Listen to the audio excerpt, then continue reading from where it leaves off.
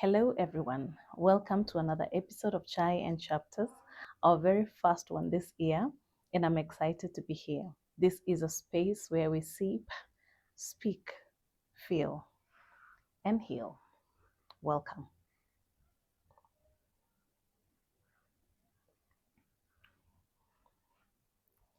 So, a friend of mine asked me the other day, we were just catching up, and they asked me, how do you balance between choosing yourself and making the people you love feel chosen as well? I told them I think it's delicate balance because there are pros and cons to it. When you're choosing yourself, you prioritize yourself more than before. And this means that there are things that you are saying yes to that you begin saying no to. For example, maybe you are the person who is always volunteering to do things in order to make the people around you or the people you love and care about be at peace and be happy. So they know they have this person they can lean on for anything. And sometimes this comes with a bit of burnout. I was telling her, when you choose yourself and begin saying no to certain things that you were so used to doing anytime, everybody knows that this is the go to person to do certain things. Definitely the people around you feel a shift and a change, and most times they don't take it very well. So you have to be ready psychologically for that, because um, the friendships could change. Some of them could end, some of them could fizzle and come back again and resurrect again at some point, and some of them will just end like that because people don't like it when you begin to change. They feel like the person we know, the person who you have been, should remain, ought to remain the same. Like if we need someone to run around, it's always been you. Why the change? Why the sudden change right now? You're always the one volunteering to do stuff. You're always the one doing runs every time. Nothing beats prioritizing yourself. When you begin choosing yourself, it means you're growing. There is growth in your life. You've realized that there are things that you need to put first, and that is you. Anybody who really loves and appreciates you for who you are will notice the change and still accept you for who you are.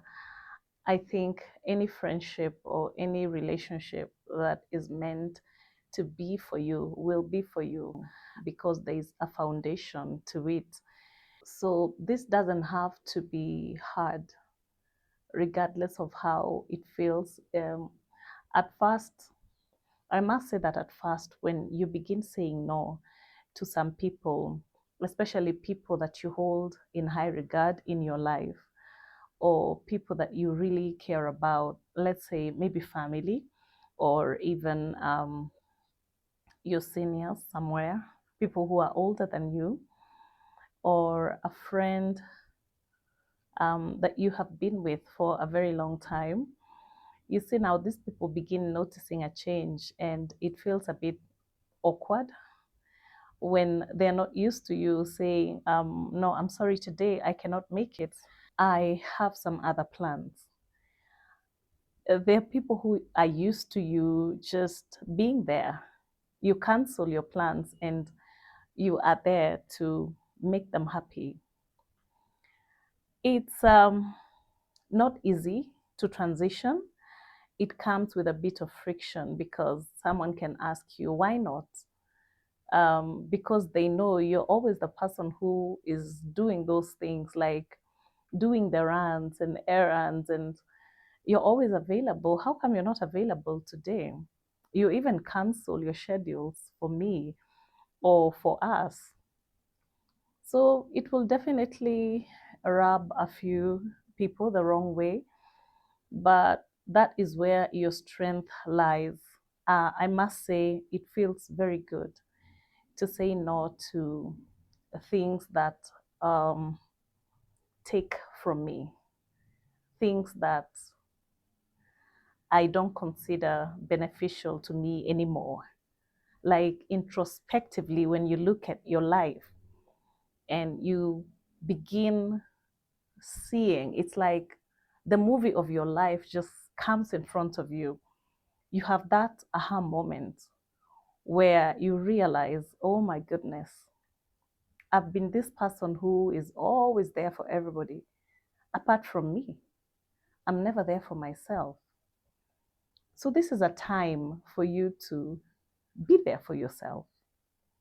Prioritize you because there's no other you. You're the only you in this world, and you don't have another you. And you need to make you happy before making everybody else happy.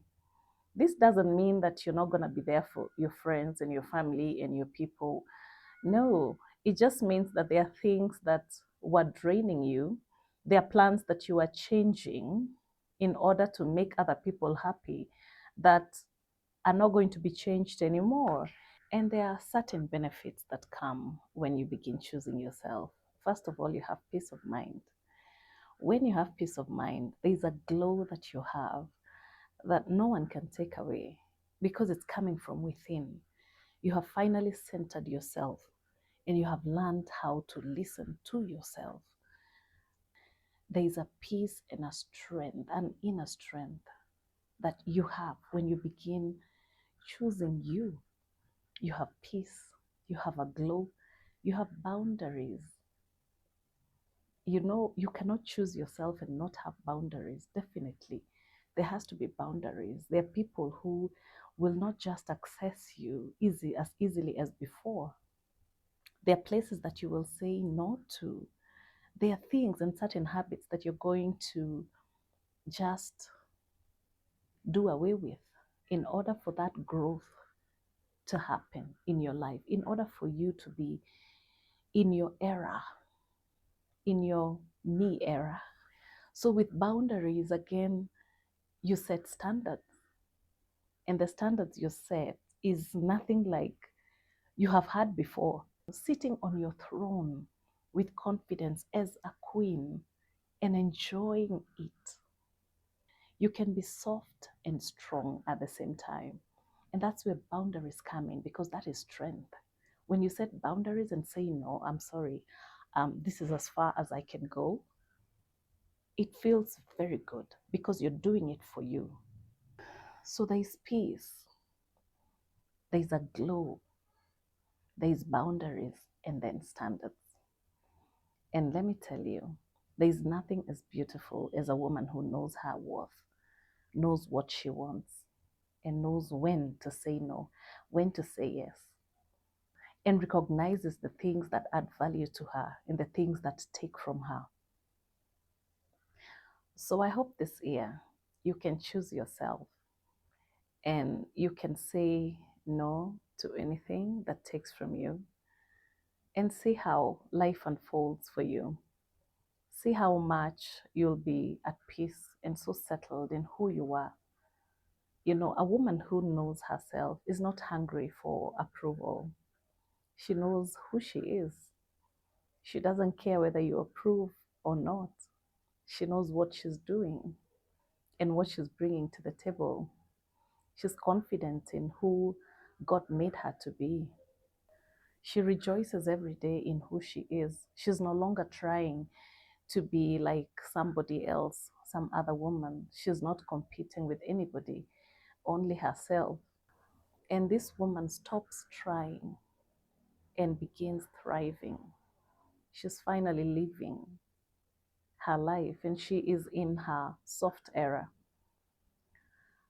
Sometimes I think we get it twisted because we think soft era has everything to do with money and luxury. All that is good.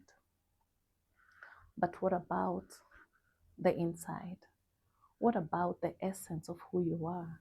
Besides money and luxury, I think soft era begins with your essence, knowing who you are and settling in that, having unity within yourself. That whatever your mind is thinking, that is exactly what you're doing. There's no contradiction between your mind and your actions, between your words and what you think. So there's unity that is within you.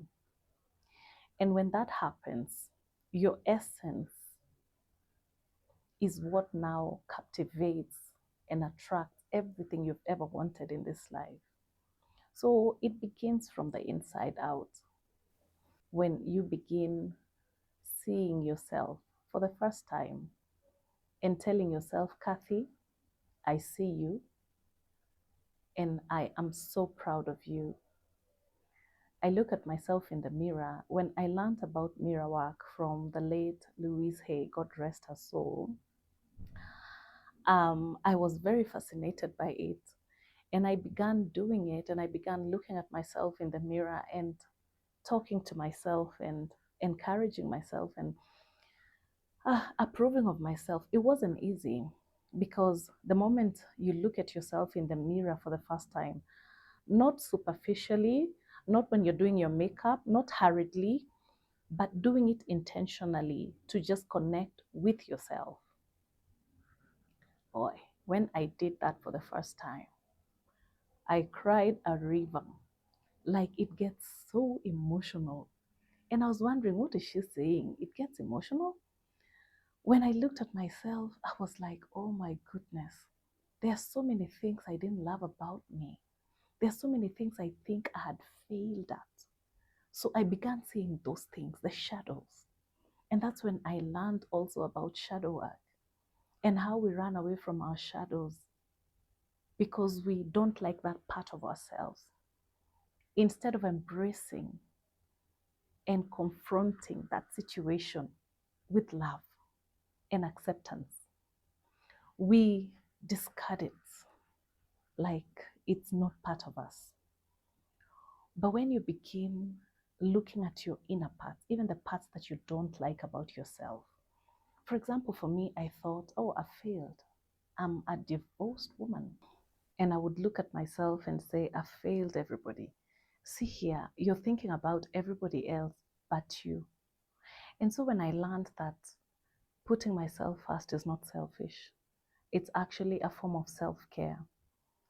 Because if you don't take care of yourself, who will take care of you? That is your responsibility, your sole responsibility. And that is when I began really looking introspectively at my life and beginning to do the work within. And it's been a beautiful journey where I'm still learning and I'm choosing myself every day, definitely. It's become part of me, it's become part of my routine.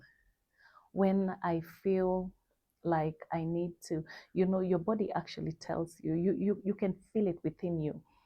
It's an awakening, People say, I'm awakened, I'm awakened. This is part of it. When you awaken, you begin seeing things in a very different light. And the things that you prioritized are no longer a priority. Life becomes very simple. You're no longer there for the accolades or the likes or the follows. They're good, they're part of us, but they don't shape who you are. Whether they come or not, you're still going to thrive. You're not trying, you're thriving. We said we're not trying, we're thriving. This is the year where we thrive and become the woman that we have always admired.